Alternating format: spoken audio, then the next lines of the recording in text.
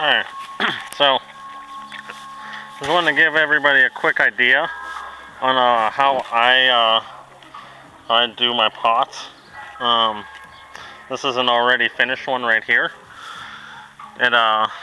Since there's two levels, it's on a hill. There's a lower side and there's a higher side.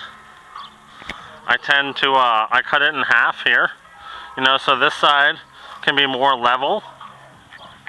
Over here, this side can be more level around on that half, and then this half can be an upper level that's all level around.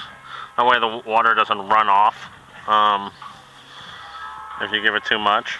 Then I also build a mound. I like to have a mound in the center so like the roots never get sunk into the water.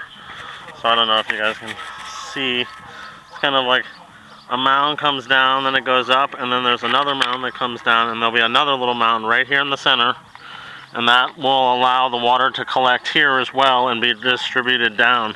So water will always be traveling, like being sucked down, The higher you plant it, the better it'll thrive. The lower you plant it, the more you'll be wishing you hadn't.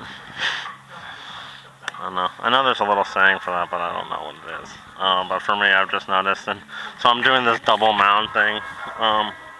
This is what they look like before, so I just kind of take my hand and I'm pushing it up against the wall of the pot. And these are fabric pots. They're really nice because they help your plants grow. And nice and big, quickly. They aerate the soil, they air trim the roots.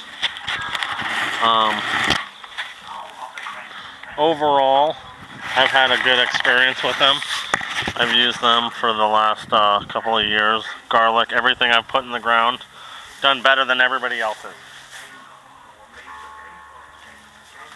So I just use the same soil. I have this hoe.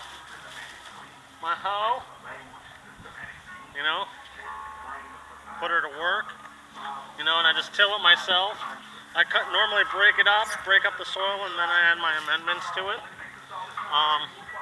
There's a wide variety of things. You can go the vegetarian route, you can go the animal route. I mean, both are good. There's definitely debates on both sides.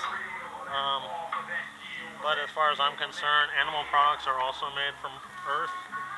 And in the wilderness, that's where most plants get their nutrients from. Is other insects, feces, droppings, composted leaves, or other plant material around them, or whatever it might be. Then at the top, I like to build like a 12-inch circle, like mound in the center. So I do it, I just put my hand on the side and kind of push against it with my palm. That way it kind of creates a nice little... See, the nice thing is you can make a dip, and then in the end you can pull it back. You want to have the walls strong, so you need to have them at a good angle, not that the soil starts getting wet and just starts falling backwards. So you can use your hand to kind of curve, pat down a nice little dam, I would say, I call it. A dike for gardening. The correct term for a dike.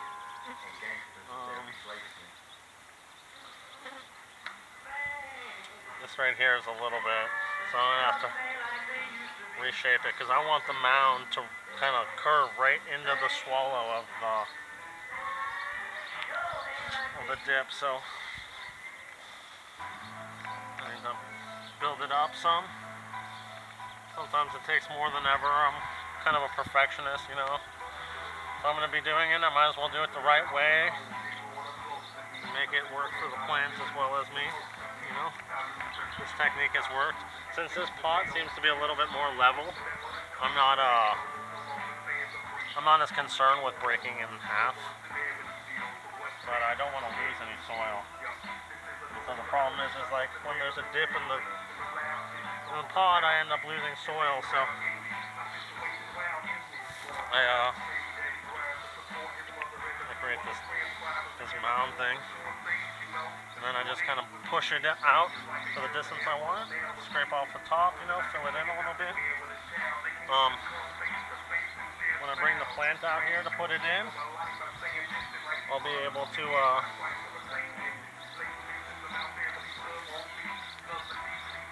I'll be ready for me to go. So I normally do that. It's like a conveyor belt, the irrigation, set it up, make sure that the water's there.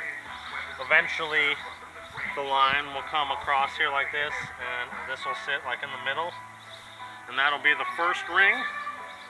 I'm gonna grab another one.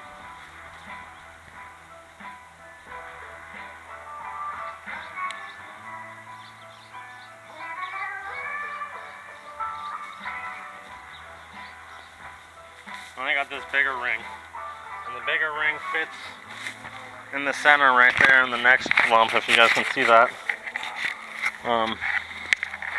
So it'll kind of be in the divot. This is the mound, and this is the second mound right here. They're all like good ways of collecting water.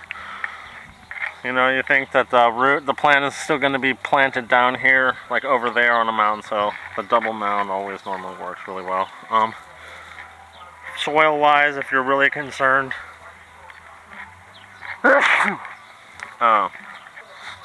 you can flatten this out, you know, and just make one mound as you want. You know, one catch and then just the mound in the center. You can easily do that. I just find that this way works really well for me. I've done both ways. And I just get better results when I do that. Sometimes I put multiple plants, but these are going to be trees, and you can keep trees in the ground in these pots, I mean, pretty much indefinite. A lot of nurseries use these pots to keep trees alive for 30, 40 years if they have to.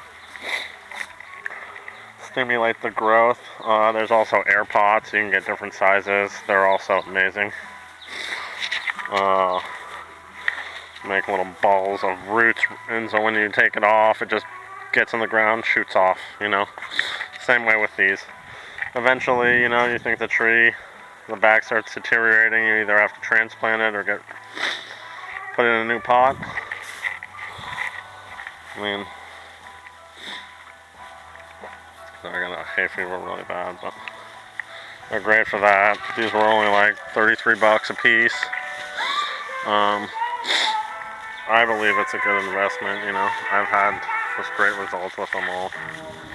You know, each one takes a yard of soil, so it's a 200-gallon pot. Our onions did really good. Everything did really well. So, yeah, I just wanted to show you guys a good way of planting, and I hope you guys have all a great, wonderful spring day.